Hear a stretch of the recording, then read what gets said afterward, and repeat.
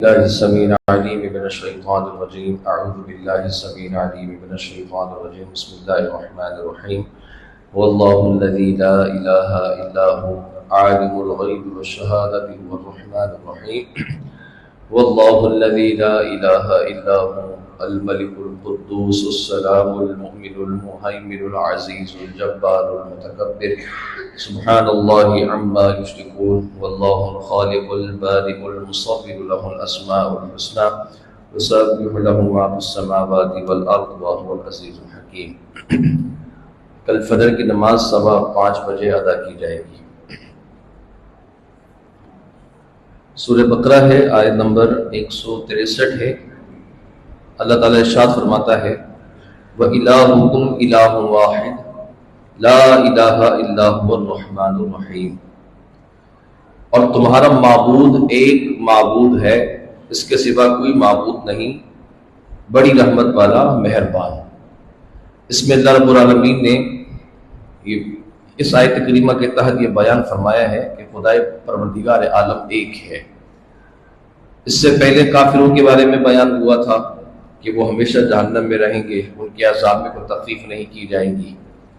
اس سے پہلے اللہ رب العالمین نے کافروں کے بارے میں بتایا تھا کہ جو دین کو بدل دیتے ہیں اللہ ان پہ لعنت کرتا ہے. اس سے پہلے مومنوں کی صفت بیان کی گئی اور بتایا کہ مومنوں کو آزمایا جائے گا، جو اس کی آزمائش میں کامیاب ہوئے اس کو جنت عطا کر دی جائے گی. اس کے بعد کافروں کا ذکر کرنے کے بعد اللہ تعالیٰ نے پھر اپنی کبریائی کے بارے میں ارشاد فرمایا کہ تمہاری زندگی میں تمام تر جو معاملات کو طے کرنے والا ہے وہ ایک ہی خدا ہے. تمہاری زندگی کے تمام اعمال کو ترتیب دینے والا ایک ہی خدا ہے. اور وہ خدا کیسا ہے؟ الہکم الہ واحد، وہ ایک ہی ہے، تمہارا معبود ہے، پروردگار ہے. اور اس کی صفت کیا ہے کہ اس کے علاوہ کوئی ہے ہی نہیں. وہی رحمت فرماتا ہے اور وہی مہربان ہے. رحمت بھی وہی کرتا ہے، مہربان بھی وہی ہے.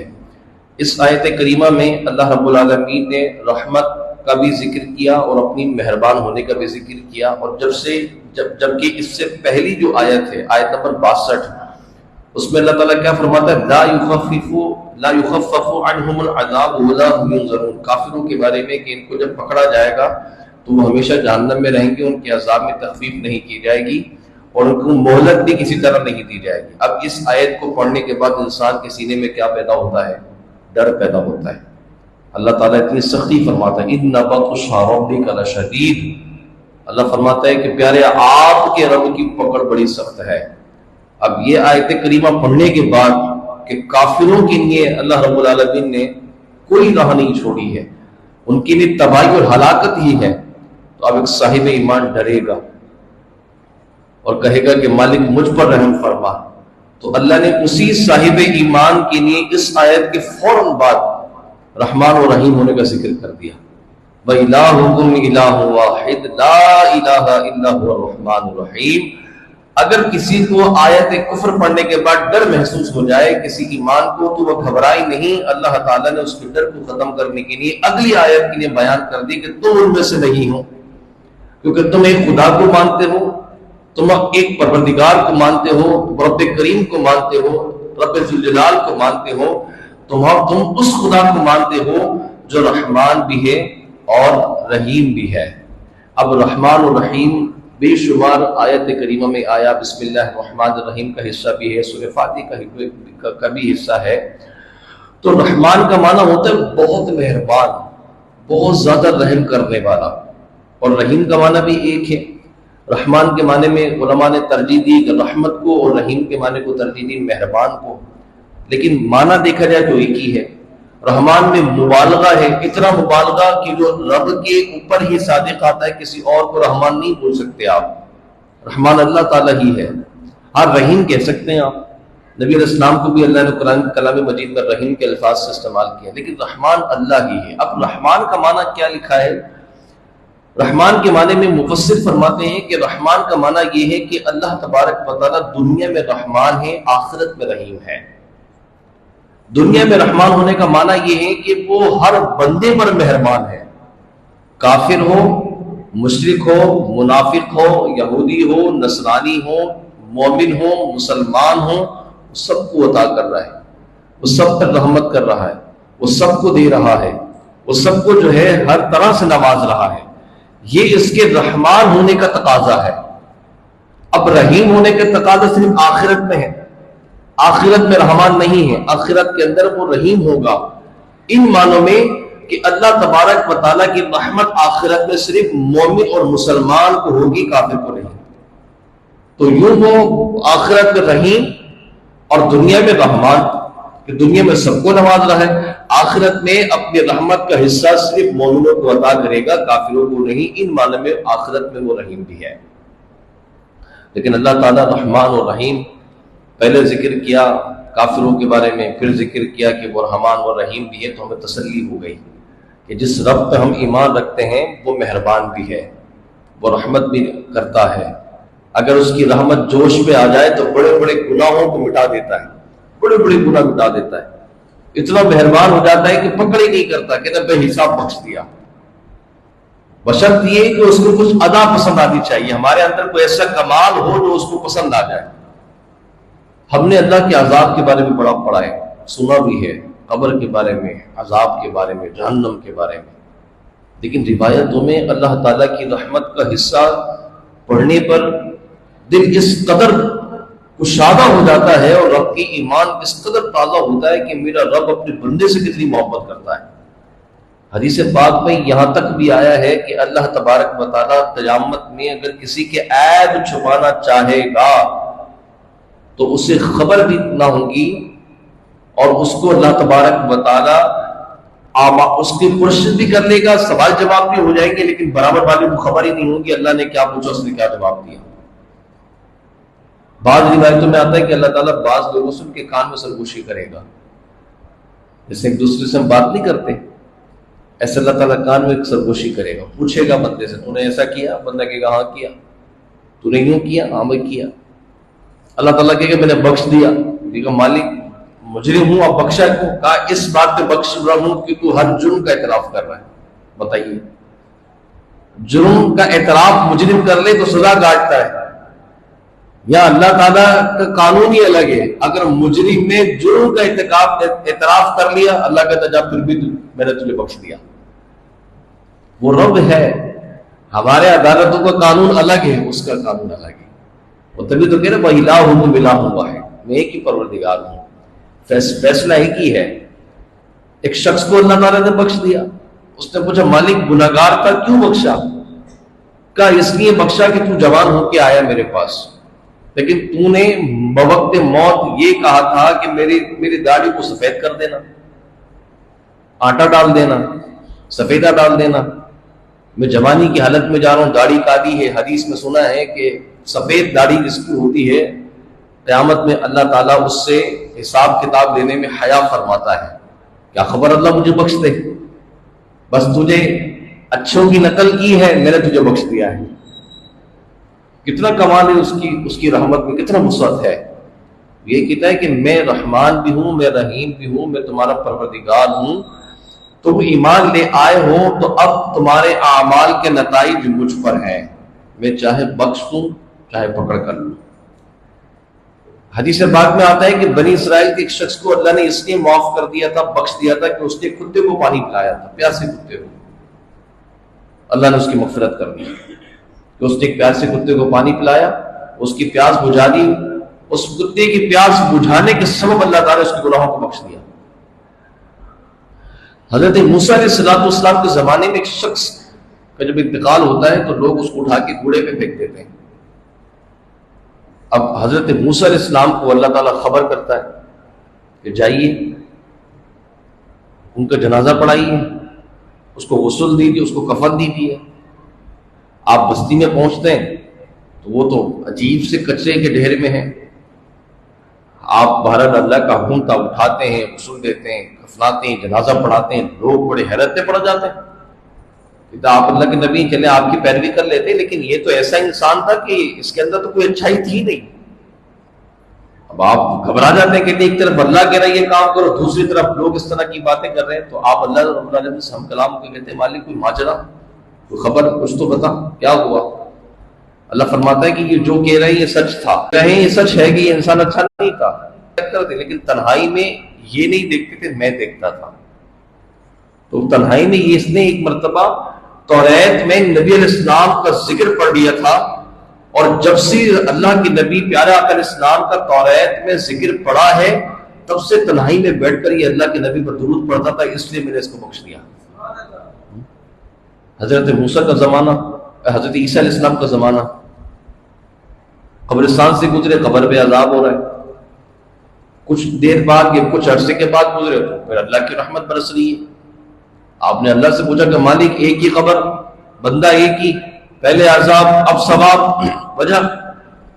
اللہ فرماتا ہے کہ یہ مرا تھا، گناہگار تھا، لیکن جب یہ مرا تھا اس کے ہاں بیٹا پیدا ہوا، وہ جب بیٹا پیدا ہوا بولنا سیکھا تو ماں نے اس کو مکتب میں داخل کروا دیا۔ استاد نے جب کہا کہ پڑھ بسم اللہ الرحمن الرحیم، اس کے بچے نے جب بسم اللہ الرحمن الرحیم پڑھا تو مجھے حیا آئی کہ جس کا بیٹا مجھے دنیا میں رحمان اور رحیم پکارے، قبر میں اس کے باپ کو عذاب دوں، میں نے اس لیے اس کی مغفرت کر دی۔ کتنا مہربان ہے میرا رب۔ کب کون سی نیکی ہماری اس کی بارگاہ میں قبول ہو جائے ہمیں خبر ہی نہیں ہے۔ اب دیکھیں اولاد بھی نیک تھی تو باپ کو اس کی نیکی کا حصہ مل گیا، نیکی اولاد کی والدین تک پہنچتی ہے تو اس سے پتہ لگا اگر گناہ بھی کرے تو وہ بھی پہنچتا ہے، اس کی بھی خبر والدین کو ہو جاتی ہے۔ دوسرا بھی یہ کہ انسان اللہ کی بارگاہ میں قرب حاصل کرنے کے لیے کر کیا رہا ہے، کون سا اس نے ایسا عمل کیا ہے۔ آج ہم چھوٹی چھوٹی نیکیاں چھوڑ دیتے ہیں، وہ کر دے گا، یہ کر دے گا۔ راستے میں جا رہے ہیں، کچھ ایسی چیز نظر آ گئی کہ جس کو میں ہٹا سکتا ہوں، نظر انداز کر کے نکل جاتا ہوں۔ اگر میں رکتا، ہٹا دیتا، ثواب مجھے ملتا نا۔ کسی نے ہاتھ دیا بائک پہ بٹھانے کے لیے، لفٹ دینی ہے، حالات تو ویسی خراب ہیں، سمجھانے کی غرض سے بات کر رہا ہوں۔ آج تو آپ کسی پہ بھروسہ بھی نہیں کر سکتے، میری بات تو سمجھو کہ بھائی بولو کہ بھائی مولانا صاحب نے نیکی کمانے کا کہا تھا، نیکی میرے گلے پڑ گئی، میں نے اس کو بٹھا کے بائک پہ بٹھایا تو پتہ لگا وہ نیکی کے کھاتے میں سب کچھ لے گیا۔ دیکھ کر سمجھ کر اللہ نے شعور دیا ہے، ہر چیز کو دیکھتے ہوئے آپ نیکی کر سکتے ہیں۔ دل گواہی دیتا ہے کہ اس کے ساتھ نیکی کی جائے۔ بزرگ لوگ ہوتے ہیں بسا اوقات اور وہ کھڑے ہوتے ہیں، لفٹ وغیرہ مانگ لیتے ہیں، انسان نظر انداز نہیں کرے، بٹھا لے فوراً۔ جس کو آپ جانتے ہیں، ان نون پرسن کو چھوڑ دے چلے، جس کو آپ جانتے ہیں تو کم سے کم اس کے ساتھ نیکی کر لے۔ بلڈنگ پہ اگر آپ نیچے اتر رہے ہیں، آپ کو پتہ لگا کہ آپ کی بلڈنگ میں رہنے والی کوئی خاتون ہے، بلڈنگ میں رہنے والے کوئی انکل ہیں جو سبزی لینے اپنے گھر بار کے لیے اترے ہیں، وہ اوپر لے کے چڑھ رہے ہیں، پانی اوپر چڑھا رہے ہیں، ایسی نیکیاں کر لو۔ میں پہنچا دیتا ہوں، میں چڑھا دیتا ہوں، میں یہ کام کر دیتا ہوں، کیا خبر کہ اللہ تعالیٰ کو یہی ادا پسند آ جائے۔ اور یہ ہم نیکی نظر انداز کر دیتے ہیں۔ کسی کے گھر کے پاس کچرا پڑا ہے، آپ کو پتا ہے کہ میں اٹھا کے پھینک سکتا ہوں، بنا اٹھائے لے کے چلے جائیں، پھینک دیں۔ اللہ سے دعا کر لے مالک اس کے گھر کو صاف کیا ہے تو میرے من کو صاف کر دے، کیا خبر اللہ من کی دنیا بدل دے۔ اس کی بارگاہ کے اندر نیکی کر کے دیکھیں، وہ گمان سے بڑھ کر عطا کرے گا۔ اور یہی نیکی ہو سکتا ہے کہ ہماری موت آسان کرنے کا سبب بن جائے، کیا خبر ہماری موت آسان کرنے کا سبب بن جائے۔ بہن بھائیوں میں پانی پلانے کا رواج بڑا ہے، چھوٹا تو بڑا چھوٹے سے منگوائے گا، چھوٹا بڑے سے نہیں منگوا سکتا، لیکن کبھی کبھی بڑے ہیں تو چھوٹوں کو پانی پلا دیا کرو آپ۔ وہ تو اپنے حصے کی نیکی کما لیتا آپ کو پانی پلا کے، آپ کے گھر کا کام کر کے، لیکن کبھی کبھی آپ بھی اپنے چھوٹوں پر کچھ نہ کچھ شفقت کر دیا کرو، کیا خبر ان چھوٹوں پر شفقت کرنے کے سبب اللہ تعالیٰ ہمیں اچھا کر دے، کیا خبر ہماری نیکی سے وہ اچھا سیکھ لیں۔ بہت ساری ایسی نیکیاں ہیں جو ہم کر سکتے ہیں جس کے نتائج ہمیں ہو سکتا ہے مرنے کے بعد مل جائیں، بشرط یہ ہے کہ نیکی کرنے کے بعد اس کے سپرد کر دیں۔ اپنی نیکی کو نہ تو واٹس ایپ پہ ڈالیں، نہ فیس بک پہ ڈالیں، نہ اپنی نیکی کی دھاگ کسی اور پہ بٹھائیں۔ میں نے یہ کیا تھا تیرے ساتھ، میں نے وہ کیا تھا تیرے ساتھ، میں نے یوں کیا تھا تیرے ساتھ، اب یوں کریں گے تو پھر وہ ختم، پھر کچھ نہیں ملنے والا۔ پھر تو آپ نے اس کو جتا کے اس کو ذلیل کر دی، وہ کہے گا بھائی اس سے اچھا تھا تو نیکی کرتا ہی نہیں، میں ایسے ہی صحیح تھا۔ نیکی کریں، دریا میں ڈال دیں۔ پہلے لوگ کہتے تھے کہ آپ نیکی کر دریا میں ڈال، وہ والی۔ آج کل تھوڑا ٹرینڈ الگ ہو گیا ہے، جب تک دکھیں گے نہیں، دکھائیں گے نہیں تو لوگ سمجھیں گے نہیں کہ ہم کون ہیں۔ ہم نے سمجھانا بھی ضروری ہے نا، بتانا بھی ضروری ہے، اور یہی سوچ ہے جو تباہی کی طرف لے کے جا رہی ہے۔ عجیب و غریب منظر بن گیا ہے اب تو سوشل میڈیا پر، یقین کریں ذرا سی 10 روپے کیا خیرات کر دیتے ہیں، جب تک ان 10 روپے کا چرچا ہم بابیلا 100 روپے لگا کے نہ کر دیں نا تو سمجھ نہیں آتا۔ لاکھ روپے میں نے بانٹے ہیں، اس لاکھ روپے کو بانٹنے کے چکر میں میں نے 2 لاکھ روپے کی تشہیر کر دی ہے، صرف 2 لاکھ روپے کی تشہیر کی 1 لاکھ روپے بانٹنے کے لیے۔ سوچیں اب آپ، ہمارے اب ویلفیئر والے بھی اب تھیلے پرنٹ کروا رہے ہیں، شاپر پرنٹ کروا رہے ہیں، اپنے اینولپ پرنٹ کروا رہے ہیں۔ ان کو بولو بھائی اس سے ملے گا کیا؟ جتنا خرچہ آپ ان پہ کر رہے ہو یہ بچا کے مزید کسی اور کو نیکی کر لینا، کسی اور کی نیکی کر لیں۔ پیسہ میرا، صرف آپ نے میرے پیسوں کے لے کے دوسرے تک پہنچانا ہے، نام آپ کا لگ گیا۔ مارکیٹنگ تو بھی میری ہونی چاہیے تھی نا، میری مارکیٹنگ ہونی چاہیے تھی۔ اب انہوں نے وہ تھیلے پرنٹ کروائے، انہوں نے پھر وہ سارے پرنٹ کروا لیے۔ اب ان سے پوچھا جائے جتنا پیسہ آپ اس پہ خرچ کر رہی ہے کسی اور غریب کے اوپر جا سکتا تھا، آپ کا نام آنا ضروری نہیں ہے۔ تو بہرحال نیکی کی جائے اور صرف اللہ کی سپرد کر دی جائے، ہو سکتا ہے مرنے کے بعد وہ نیکی ہمارے کام آ سکیں۔ اللہ تعالیٰ سے دعا کرتے ہیں باری اللہ مجھے آپ اس پر عمل کی توفیق عطا فرمائے۔ وآخر دعوانا الحمدللہ رب العالمین۔ صلاۃ والسلام علیہ مصطفیٰ جانی رحمت پہ لاکھوں سلام، شمع بز میں ہدایت پہ لاکھوں سلام، مجھ سے خدمت کے قدسی کہے رضا مصطفیٰ جانی رحمت پہ لاکھوں سلام، شمع بز میں ہدایت پہ لاکھوں سلام۔ صلاۃ والسلام علیک یا رسول اللہ، ان الدیار حصبا یوما الى ارض الحرم، بلغ السلام روضۃ فیہا النبی المحترم، صلی اللہ تعالی علی خیر خلقہ محمد وآلہ وصحبہ اجمعین برحمتک یا ارحم الراحمین۔